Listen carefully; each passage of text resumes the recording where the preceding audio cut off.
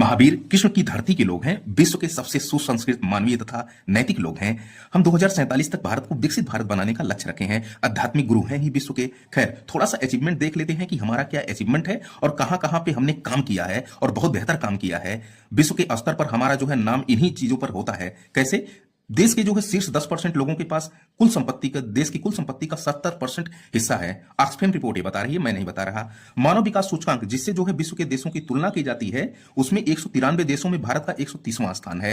ये मैं नहीं बता रहा, एसडीआई बता रही है, ह्यूमन डेवलपमेंट इंडेक्स बता रहा है। रुपया अपने इतिहास में साला सबसे निचले स्तर पर है, मतलब कि $1 बराबर 90 रुपया। फिर मतलब कि कोई $1 देगा तो 90 रुपए की वस्तु हमारे यहां से उठा ले जाएगा। ठीक है ना? और देखिए जरा कि जो हमारे यहाँ कृषि क्षेत्र है, कृषि क्षेत्र का जीडीपी में केवल पार्टिसिपेशन 17.7% है। वहीं पर जो जनसंख्या इन्वॉल्व है ना, वो 46.1% है। मैं नहीं बोल रहा इसको, इकोनॉमी सर्वे 2024-25 बोल रहा है।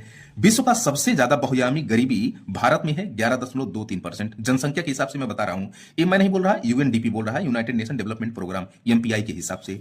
विश्व के सबसे 20 प्रदूषित शहरों में, जो पोल्यूटेड कंट्री है, उसमें अचीवमेंट भारत का 13 शहरों का है। और मजे की बात है कि सबसे प्रदूषित विश्व की राजधानी वो दिल्ली है। ये एयर क्वालिटी इंडेक्स बोल रहा है। ठीक है ना?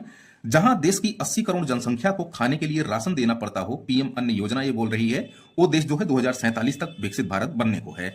जहां 86% सीमांत और लघु कृषक रहते हों और वो जीवन निर्वाह एग्रीकल्चर करते हों, वो देश विश्वगुरु और विकसित भारत बनने को है।